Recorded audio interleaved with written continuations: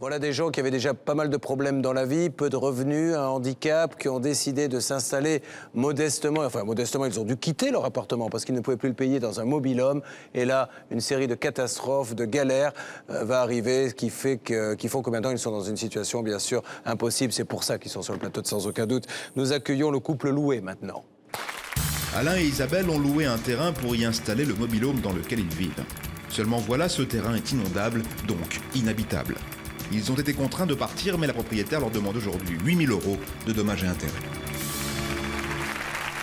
Alain, Isabelle, soyez les bienvenus sur le plateau de Sans aucun doute. Décontractez-vous, nous allons tout faire pour vous aider. Soyez détendus. Je sais, monsieur, que vous avez le cœur fragile.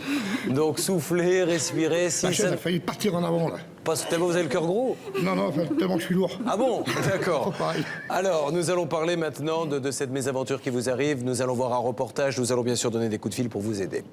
Vous aviez, donc monsieur, vous avez une rente d'handicapé? Oui. Hein, car vous avez des problèmes cardiaques assez importants. Madame, vous travaillez, vous faites des ménages. Et vous avez cherché à quitter une maison que vous louez parce que le loyer était un petit peu trop élevé. Oui. Voilà. Vous avez décidé de vous installer dans un mobil-home sur un terrain. Vous trouvez le terrain. Vous avez vous-même un mobil-home? Oui. Le mobil-home est à nous, oui. Le mobil-home était à vous, et une dame vient, va vous demander d'aller très vite, elle doit partir aux États-Unis. On va voir dans l'enquête que le nom qu'elle donne n'est pas le sien, l'adresse c'est celle de son gendre, enfin, tout ça était très vite, mais il y a un gros problème, c'est que ce terrain, il est complètement inondable. Donc d'ailleurs, dès qu'il pleut, il y a des flaques partout. Ah oui, oui. Oui, c'est affolant d'ailleurs. Ouais. J'ai obligé de faire des chemins de palettes pour pouvoir passer et tout. Parce que... On marche que sur palettes. Quand il y a de l'eau, les palettes, elles flottent. Les palettes de bois flottent. On ne peut pas marcher sur le terrain. Donc c'est impossible d'y habiter. On va à la voiture en marchant sur les palettes. Alors, on ne va pas expliquer tout ce qu'il y a dans le reportage maintenant. Le problème, c'est qu'aujourd'hui, vous avez décidé de ne plus y vivre parce que c'est impossible d'y vivre. Et cette dame vous fait, bien sûr, des ennuis. Et elle vous réclame combien? 8 000 € de dommages et intérêts. 8 000 €, c'est une somme que vous ne pourrez jamais sortir? Non. Ah non, jamais. Est-ce qu'on peut vous demander, sans indiscrétion, vos revenus à tous les deux? On a très peu de revenus. Mon mari a une pension de 586 €. 586 € pour lui? Oui, et puis moi, j'ai à peu près entre 800 et 900 €. Donc ça fait quand même une somme. Et comme tout n'est pas très clair dans ce dossier, c'est aussi pour ça que nous avons décidé de vous aider, parce qu'il y a quand même des choses qui méritent d'être éclaircies. Regardons le reportage. Il est signé Sophie Rabillet pour Sans aucun doute. Ça me dégoûte quand on voit des gens comme ça qui font n'importe quoi avec ce qu'ils volent. Qu'est-ce que tu veux cramer, j'ai dit? Des caravanes. Regarde, je veux cramer celle-là, caravane, celle-là, celle-là, celle-là. En étant sur un terrain, on ne devrait pas. On vit comme des clochards. C'est une escroche. Tu connais, quand même. Moi, à l'heure actuelle, je suis dégoûté. J'ai 52 ans, j'ai pas le droit d'avoir ce que je veux.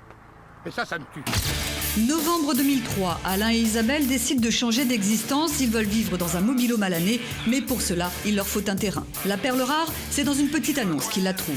Un terrain d'1 hectare, 300 € de loyer. Rendez-vous est pris le jour même avec la propriétaire. À la veille d'un départ en vacances, elle leur fait un bail provisoire. Le couple souhaite installer un vieux mobil-home afin de le retaper. Alors, pour leur faciliter la vie, elle leur propose de leur prêter l'un des siens. On était vraiment heureux, on pensait avoir trouvé le terrain idéal. On s'est dit on va pouvoir vivre dehors, dans la nature, faire ce qu'on veut, quand on veut. Hélas, le bonheur ne dure qu'un temps. En effet, quand Alain et Isabelle viennent s'installer sur le terrain, celui-ci est impraticable car totalement inondé. Ils devront rebrousser chemin et chercheront sans succès à contacter la propriétaire. Du coup, on voulait plus du terrain. Mais comme on n'avait pas de réponse, Et on voulait parler avec elle. et qu'on a donné notre préavis à l'ancien propriétaire, elle était obligée de partir. Donc, où j'étais obligé d'aller? Ici même. J'avais plus le choix. Ou alors j'étais clochard. La propriétaire est aux abonnés absents, le couple est piégé. Il n'a donc pas d'autre choix que d'installer fin janvier 2004 son mobil-home sur le terrain boueux et d'emménager comme prévu dans le mobil-home de la propriétaire. Quand on est arrivé fin janvier, le mobil-home était dans cet état-là. Voilà, vous avez vu, hein, était crado comme ça. C'est le cas de le dire, vraiment crado. Il y a eu l'eau jusqu'à là, donc 60 cm, parce qu'il est quand même monté sur 2 fois 20, ça fait 40, puis ça fait 60. Tout de suite, vous allez découvrir les dessous de l'affaire du mobil-home loué par Alain et Isabelle. Moi, j'en peux plus, je pète les plombs. J'en ai marre. Franchement, j'en ai marre. La propriétaire va-t-elle renoncer à ses prétentions? Choisira-t-elle de trouver un terrain d'entente avec notre couple? Rien n'est moins sûr. On va faire un reportage où on va parler de vous, etc. Et vous risquez beaucoup, madame. Donc écoutez ce que vous dit l'avocat. La réponse, tout de suite.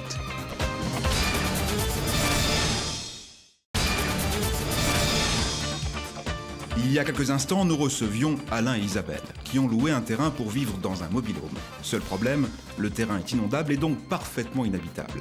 Néanmoins, la propriétaire n'hésite pas à réclamer 8 000 € que le couple ne peut pas payer. La négociation, loin d'être sereine, s'annonce difficile. Voici la suite du reportage. Quand on est arrivé fin janvier, le mobil-home était dans cet état-là. Voilà, vous avez vu, hein, était crado comme ça. C'est le cas de le dire, vraiment crado. Il y a eu l'eau jusqu'à là, donc 60 cm, parce qu'il est quand même monté sur 2 fois 20, ça fait 40, plus ça fait 60. Un terrain impraticable, des signes évidents d'inondation. Alain et Isabelle commencent à se poser de sérieuses questions sur ce terrain. Pour commencer, ils se rendent à la mairie. Sur place, ils vont tomber de haut. Après, on a pris des renseignements par la mairie et tout, et on a appris encore d'autres choses, c'est qu'on n'avait même pas le droit d'être ici. Donc, chose que vraiment on n'avait pas demandé à vivre comme ça dans l'illégalité. Regardez bien ce courrier, il émane de la mairie, il est sans équivoque. Un arrêté municipal interdit le stationnement des caravanes et des mobil-homes en dehors des terrains de camping sur la totalité des territoires de la commune. D'autre part, le terrain en question se situe en zone naturelle inondable rouge à fort risque d'inondation. Toute occupation du sol y est donc interdite. En clair, la propriétaire du terrain passe des annonces pour le louer, or c'est strictement interdit par la loi. Pire encore, elle ne peut l'ignorer puisque la mairie l'a déjà averti. Alors comment, 6 mois après une mise en demeure, cette femme a-t-elle pu louer son terrain à notre couple? Ce terrain est-il réellement dangereux? Direction la mairie, en caméra cachée. Le terrain en question est en zone naturelle, inconstructible. Il n'est pas possible donc d'installer de mobil-home ou de caravane à l'année, qu'en plus en zone inondable. Plus de doute possible, le couple n'a pas le droit de vivre sur ce terrain. Et ce n'est pas tout. Nous apprenons que la propriétaire est également en infraction quant à l'utilisation de l'eau, une eau impropre à la consommation. Les louer l'ignorer et c'est l'employé de mairie, quelque peu surpris, qui se charge de leur annoncer la mauvaise nouvelle. Et vous êtes sur quoi? Sur un forage? Oui, il y a un forage, oui. Et ça marche avec une pompe. L'eau, elle est analysée? Non. Non, d'ailleurs, elle est pas potable du tout. On ne peut pas tirer de l'eau comme ça puis la revendre. Et puis de l'eau de forage, elle ne peut plus maintenant servir à la consommation humaine. Il n'y a vraiment que dans des cas bien précis. Oui, il faut vraiment et en qu'elle plus, soit... il faut des autorisations. Il faut toujours aussi vous adresser à la DAS. Ah oui? Bah oui, comme quand vous louez un terrain avec de l'eau, de l'électricité, puis que l'eau est impropre à la consommation. Hein. Puis la DAS va mettre son nez là-dedans, la DAS, ça risque d'aller un peu plus loin. Ouais. C'est les gens qui sont sans scrupules. Bon, bah là, vous êtes tombé sur quelqu'un, pareil, qui est un peu pourri aussi, mais Oui. bah, le risque des menottes, hein. Le jour où il y a un problème. En attendant ce jour, Alain et Isabelle n'ont pas d'autre alternative que de s'adapter à une situation qui ne leur permet pas de vivre dignement. On ne peut pas boire de l'eau comme ça, et même pour se laver, on ne peut pas. C'est impossible. On fait comment? Bah, on se lave quand même parce qu'on est obligé. Mais on met beaucoup de savon. Après, on se met de l'eau de Cologne. Vous voyez un peu de travail? On vit comme des clochards, quoi. En étant sur un terrain où on ne devrait pas, on vit comme des clochards. Moi, j'en peux plus, je pète les plombs. J'en ai marre. Franchement, j'en ai marre.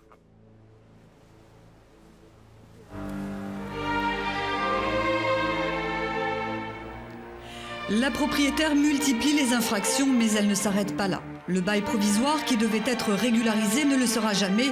Pire, quelques jours à peine après leur installation, elle se rend à plusieurs reprises sur le terrain. D'après les loués, elle leur aurait demandé de partir. On était à peine installés qu'elle soit venue en nous disant faut dégager. Déjà, la descente, elle a été rapide là.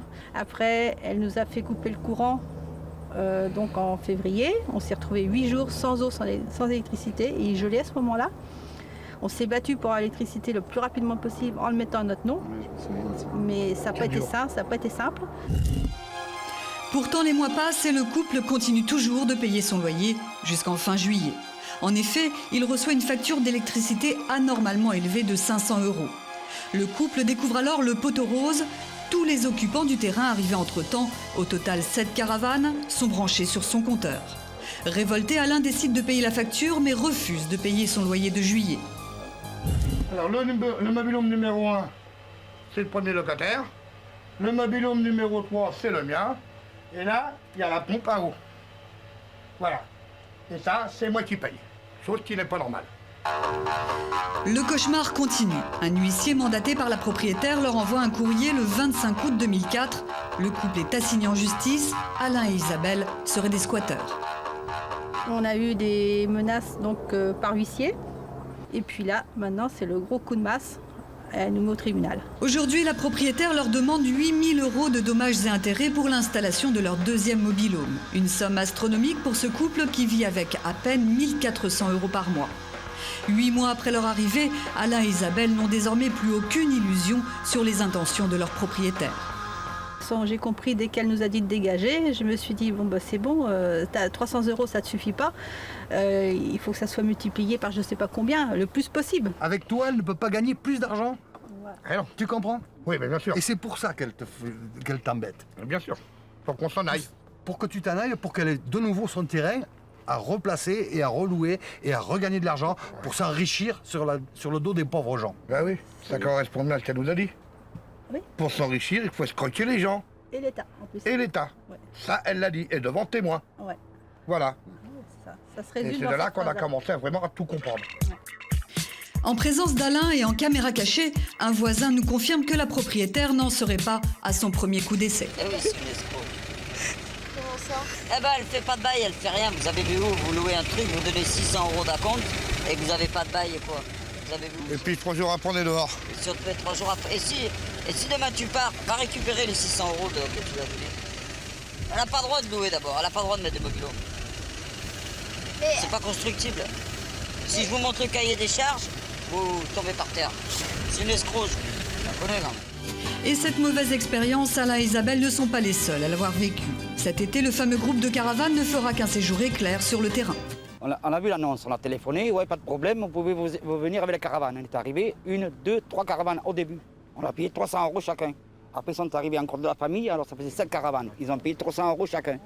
Mais pour le mois. Mais après, au bout de 10 jours, c'est là qu'elle est arrivée en furie. On a, soi-disant, squatté le terrain, sans demander la permission à elle, qu'on s'est mis là. Et là, ça a été le déluge. C'était pas de crier. Elle a dit j'ai les bidons dans la malle, de toute façon je vais te cramer. Attends. Ouais. J'ai dit quoi, tu veux cramer? Qu'est-ce que tu veux cramer? J'ai dit.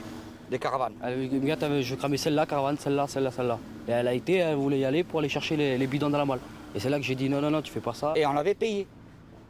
On l'a payé en liquide. Qu'est-ce qui prouvait que vous avez payé?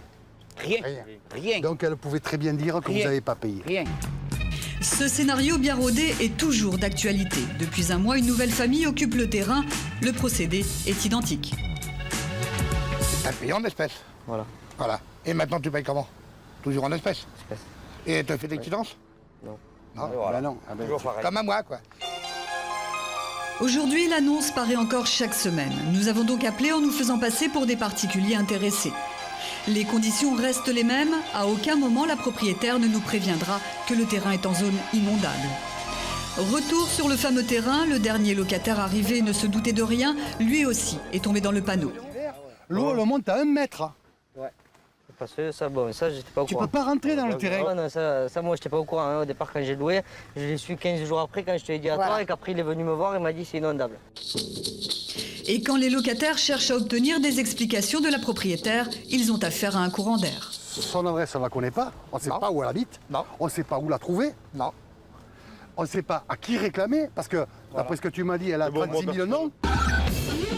Nous décidons de partir à sa recherche. Seule information en notre possession, son adresse, mais sur place, rien ne correspond et personne ne semble la connaître dans le voisinage. C'est finalement chez son gendre que nous la trouverons. Elle restera cachée à l'intérieur de la maison, refusant de s'expliquer avec ses locataires. Sa fille, elle aussi présente, ne souhaite pas polémiquer. Reste sur le palier le gendre de la propriétaire. Dis à ta mère qui veut la voir. Ce qu'elle va dire à ton ami. Je ne veux surtout pas m'en mêler. Déjà, rien que de vous recevoir, déjà, ça m'énerve parce que je veux rien savoir de ces problèmes. Je ne veux pas m'en mêler. D'ailleurs, je connais même pas un dixième des soucis. Écoutez, je vais pas la prendre par les cheveux pour vous l'année, vous parle. Je veux qu'elle le dise de vive voix. Que c'est moi qui l'escroque. Oui, au lieu de faire ça. Parce que ça, en vérité, c'est elle. 62 ans, elle commence à perdre les pédales. Elle m'a fait l'enfermer alors. Hein. Parce que moi, à Codel, je vais tout perdre. Hein. J'ai tout compris, et tout le monde a compris depuis longtemps. Dans quelques semaines, l'audience aura lieu. Pour l'heure, le couple est désemparé, leurs amis, eux, sont révoltés. Isabelle et Alain ne rêvaient que d'une chose, vivre en paix, mais hélas, rien ne s'est passé comme prévu. Là, on est en train de l'enterrer, ce type. Non, ce couple. On les enterre. Tout ça pour une seule personne. qui n'a aucune ni foi ni loi. Et ça, c'est pas pardonnable. C'est pas pardonnable. J'ai un cœur gros comme ça, on me demande quelque chose, je te le donnerai, je te donnerai ma chemise, moi. Ça, c'est vrai. Alors, je vois pas pourquoi à moi on me fait ça. Ça, je le comprends pas. Et il n'y a pas de mots pour le dire, il y a pas, c'est tellement ignoble.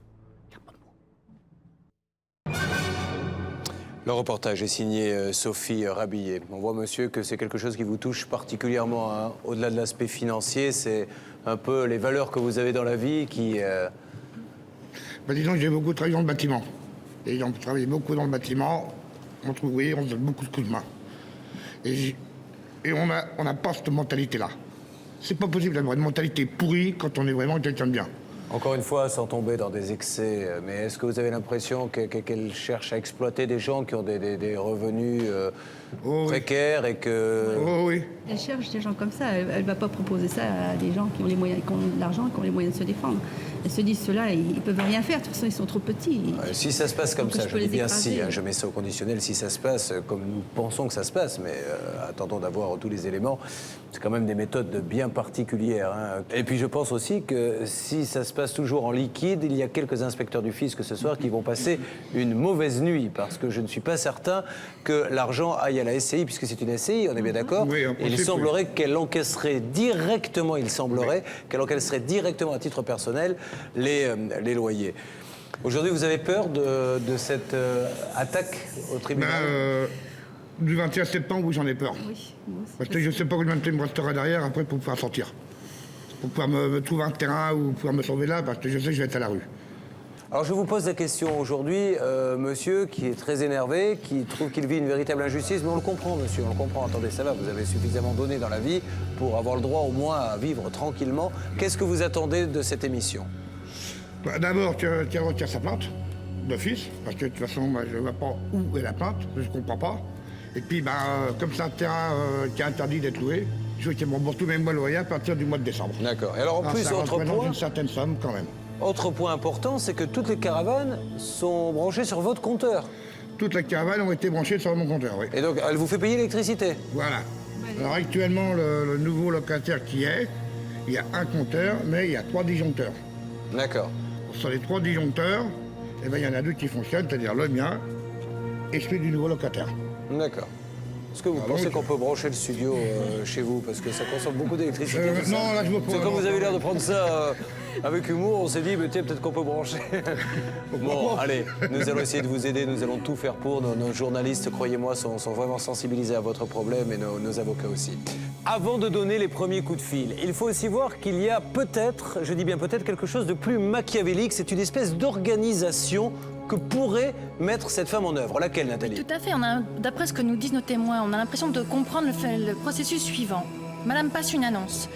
Les gens se présentent pour louer son terrain, pour y amener leur propre mobil-home. Ils pensent qu'ils vont être locataires. Ils n'ont pas de bail. Ils payent en liquide. Tout se fait de façon informelle.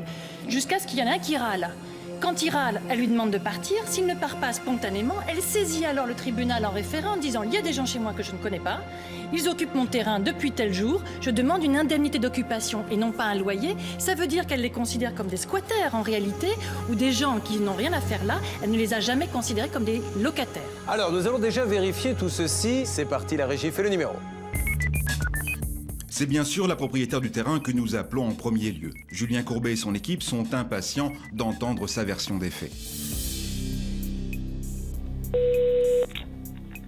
Oui. Allô, bonjour, c'est Julien Courbet de l'émission Sans aucun doute sur TF1, madame. Nous avons mené une enquête avec un reportage sur les terrains que vous louez, car il y a un problème, vous le savez peut-être, avec Alain et Isabelle Loué que vous avez assigné. Et au cours de notre enquête, et c'est pour ça qu'avant de la diffuser, je tenais absolument à vous parler, il y a quelques petites choses qui nous ont paru bizarres. Il faudrait le faire enfermer, ce monsieur. Pardon? Qu'est-ce qu'il y a? Il faudrait le faire enfermer, ce monsieur.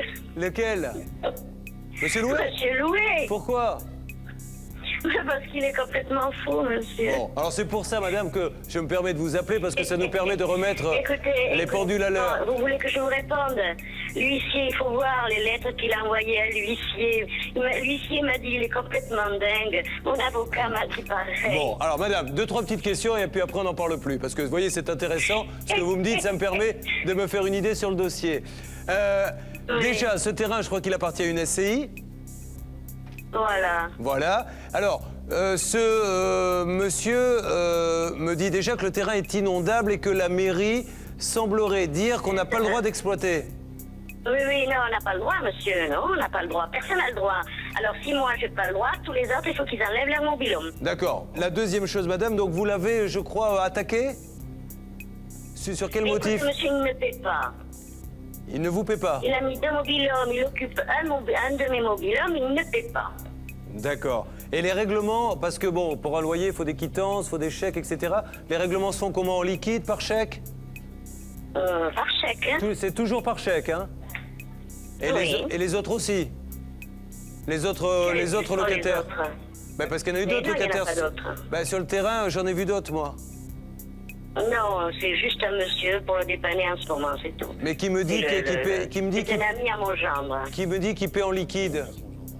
Parce que Non, madame, si c'est c'est un le cas, ami à mon faites gendre. attention. Enfin, moi, Oui, mon gendre, je ne peux que vous mettre en garde. Si vous avez des paiements en liquide et s'ils ne rentrent pas dans la SCI, le fisc, ça ne va pas lui plaire du tout, ça. Hein. Mais écoutez, monsieur, mais je ne le loue pas.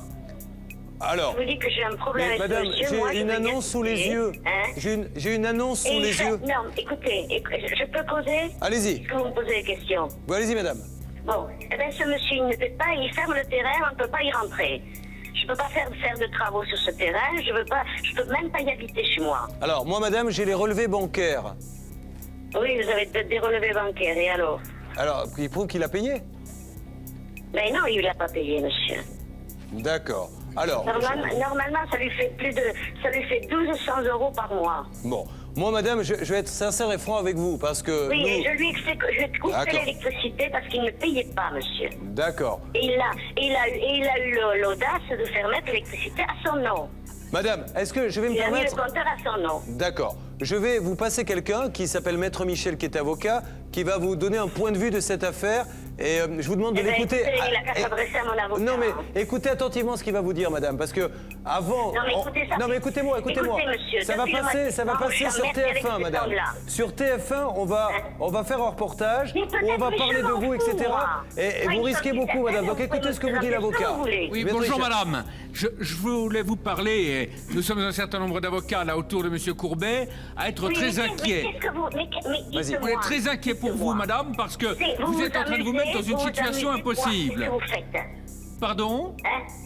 Vous voulez vous amuser ou quoi? Non, il ne s'agit pas de s'amuser, madame. Il s'agit de trouver une solution dans votre intérêt et dans celle de monsieur et madame Loué, c'est tout.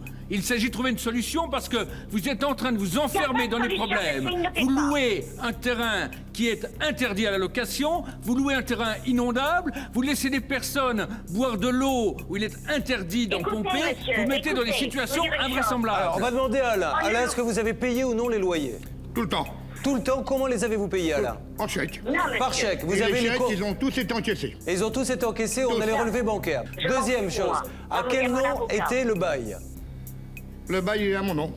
D'accord, mais vous, madame, sur le bail, il y a une adresse et il y a notre nom. Le bail est à un mobilhome. Non, mais monsieur, si vous êtes avocat? Non? Vous êtes avocat? Non? Alors, Maître Michel, qui est avocat, va vous poser la question.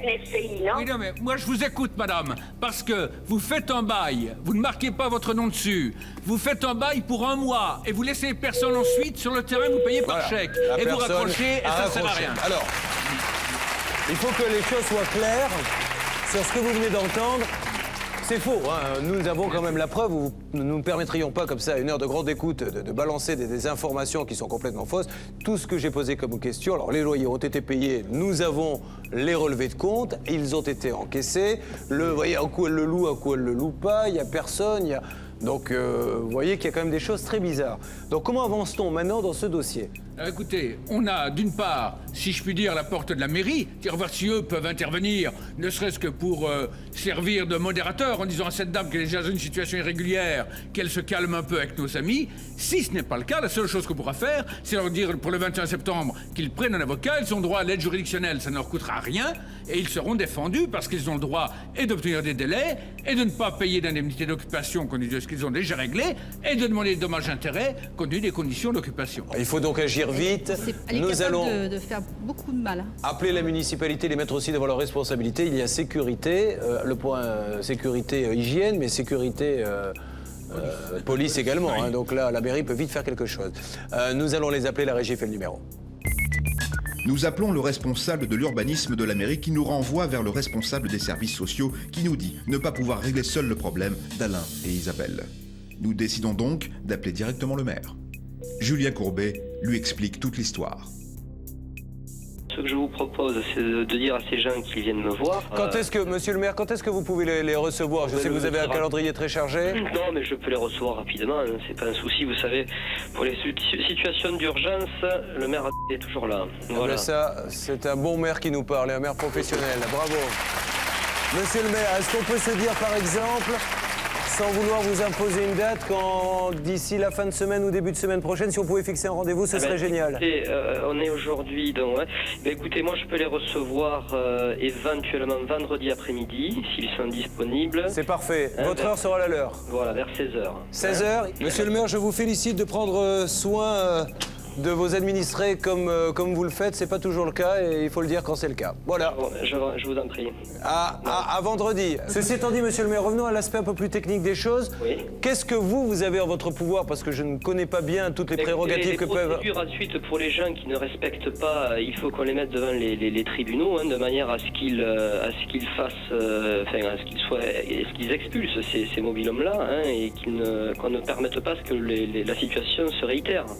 Hein, et c'est vrai que bon, il faut d'abord le constater juridiquement, et ensuite les mettre devant les tribunaux de manière à ce que les juges les Juridiquement, vous n'aurez aucun problème parce qu'ils vous le donneront quand ils viendront vous voir, pas plus tard que cette semaine. Loue emplacement, mobil-home avec le numéro de téléphone. Toutes les semaines, il en sort, quoi. Très bien, on s'en occupe. Merci, monsieur le maire, merci mille fois. Et puis on aura peut-être l'occasion de se reparler pour annoncer la bonne nouvelle. Vous êtes très sympa. Merci, au revoir, bravo. N'hésitons pas, ne nous privons pas de la joie de flatter les politiques qui font leur boulot comme ça, surtout un maire, hein, qui est vraiment celui qui doit défendre ses administrés. Si vous êtes des fidèles de l'émission, vous savez que nous sommes très souvent bien reçus, mais quelquefois, certains maires ne mettent pas de la bonne volonté. En voilà un qui, visiblement, a l'air de vouloir vous aider, et j'ai senti à sa voix qu'il allait le faire. Donc, vendredi, vous allez à ce rendez-vous, vous aurez déjà un logement pour commencer. Lui s'occupe après, même si ça ne vous concerne plus, de ces terrains pour les autres. Maintenant, parlons de l'aspect purement juridique, parce qu'il y a toujours cette plainte de cette dame et cette somme d'argent qu'elle leur réclame. Qu'est-ce qu'ils peuvent espérer? Qu'est-ce qu'ils doivent faire? Il faut que devant le tribunal, ils prennent un avocat, que l'avocat explique que c'est un terrain qui ne peut pas être loué et que ce qu'ils ont payé, c'est déjà anormal qu'ils l'aient payé puisque le propriétaire est en infraction, qu'il y aura des poursuites contre le propriétaire par le maire, et je pense que le président des référés se déclarera incompétent, qu'ils seront tranquilles. Mais il faut absolument qu'ils prennent un avocat. Ce sont des problèmes techniques. Il y a des fois, on peut se présenter seul. Mais là, il faut vraiment demander l'aide juridictionnelle et prendre un avocat. On va voir comment on peut se débrouiller là-dessus. Bien, je crois qu'on a bien avancé dans ce dossier. Je pense qu'avec ce que nous a dit le maire, on peut être très très confiant, et nos téléspectateurs devraient savoir d'ici quelques secondes que vous avez normalement pu être relogé en fonction de vos moyens. Ça va mieux? Ça va mieux. Bon. Un peu soulagé. Pardon? Un peu soulagé. Oui, non, mais franchement, c'est vrai qu'il va y avoir encore un petit peu de paperasse, comme l'on dit, à faire, mais au vu, on en a parlé, je crois, tout à l'heure, entre nous, le dossier tient pas la route. Là, on est là, elle est là-bas, elle est capable de faire quelque chose. Bon, il y a quelqu'un sur le terrain qui va défendre le terrain, quand même. Oui, mais bon, mais c'est pas... Hein. Bah, peut-être qu'on prendra la précaution de prévenir la police pour... Oui, parce qu'en fait, eu égard aux différentes menaces réitérées dont ils ont été l'objet, vous-même et également les autres personnes qui ont été entendues dans le cadre du reportage doivent, à mon sens, d'ores et déjà écrire une lettre commandée à monsieur le procureur de la République pour l'informer de ces menaces, justement, en cas de réitération des faits, fait, elle sera convoquée.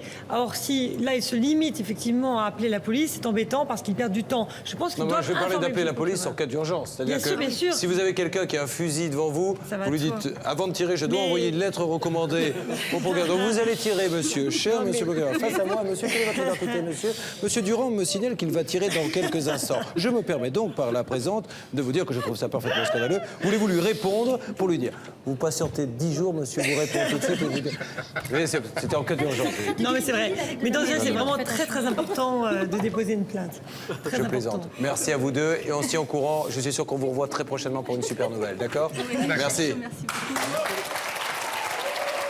Alain et Isabelle ont rencontré le maire comme prévu. Ce dernier leur a proposé 2 solutions de relogement, un appartement HLM ou un nouveau terrain pour y installer leur mobil-home. Le maire s'est également engagé à prendre en charge le transport du mobil-home vers un nouvel emplacement, soit un coût de 450 €. J'appréhendais beaucoup, énormément, et surtout avant d'entrer sur le plateau, j'avais le nœud à la gorge et je me disais je vais paniquer, je vais pas pouvoir parler. Et puis finalement, au bout de quelques minutes, c'était beaucoup mieux, je me suis sentie à l'aise parce que votre équipe est mis à l'aise et Julien Courbet aussi, il a la façon de faire et c'est formidable. Une équipe formidable.